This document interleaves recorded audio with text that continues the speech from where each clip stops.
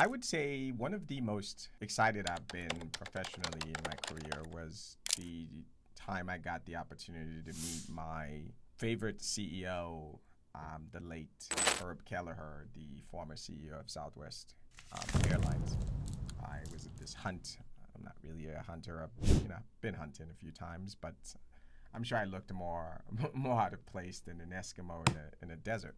But I remember the interaction. Of course, I was eager to ask him these questions, hoping for these profound answers from him. And I got my shot. I was during the skeet shooting contest, and he was a heavy smoker. And I asked him this question about, what's your secret to why service at your organization is so great? And I asked it in the most clumsy way because I really was geeked to meet him. And, he took one puff of his smoke and gave me one of those, it's not hard. I just leave it up to my people. And then, didn't want to talk about work anymore. But what I got from it is, in the end, man, their service was legendary. His whole secret came to a very simple formula. He just trusts his people implicitly. And before you think that's just, some cliche, no, he was not that kind of person at all. There's this legendary story. There was this woman who was a frequent flyer of Southwest. She would fly and she would complain. She would write into customer service. She hated this. She didn't like that. She didn't like how unprofessional they were. She wished they had a better dress code, on and on and on. She wanted assigned seating. And eventually, customer relations had enough of it, and they forwarded it up to Herb Kelleher at the time. He was the CEO. And apparently, he took 60 seconds, and he replied, "Dear Miss Crabapple, we will miss you. Love, Herb." Period.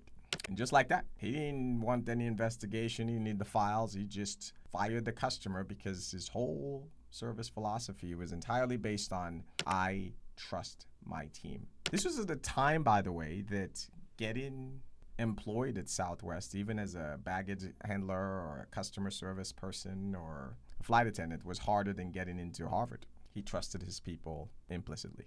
There's another legend that I was not this guy's only fanboy. The great, unfortunately, he's passed away as well, Tony Hsieh, another legend. He was the then CEO of Zappos. Zappos went on to be acquired by Amazon. I could tell you stories and stories about the legend of Zappos. There was one where a customer called into Zappos. By the way, they sold shoes. They wanted to order shoes, but also wanted to talk about all their life problems and their life victories. And this call went on for 10 hours and 29 minutes.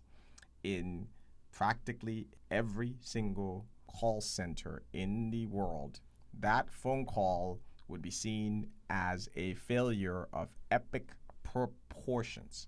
Not at Zappos. He celebrated it. Then there was a story of this other customer at 2 a.m. called in looking for pizza recommendations. Might I remind you, these people sell shoes. And this representative helped them navigate figuring out how they would get them pizza, and they got it successfully, and they never ordered any shoes. And that phone call was celebrated.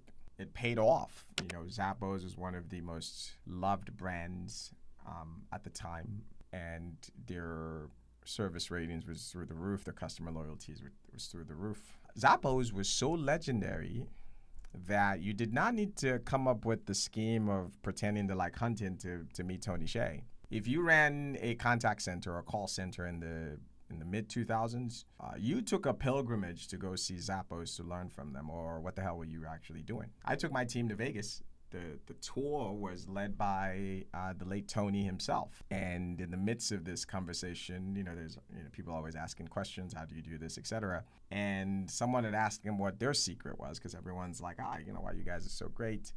And I can't quote what exactly he said, but he gave a very long answer. But the core of it was, he has a very unconventional process on who he allowed to work in his damn call center, was what he basically said. And then he said, as long as he nailed that part right and it don't mess with hiring the best people, then nothing else mattered. The policy didn't matter, who was the manager, none of that mattered. It was all people. Two legendary customer service leaders. Legends. And their formula is very simple. People. I find great people and I trust them.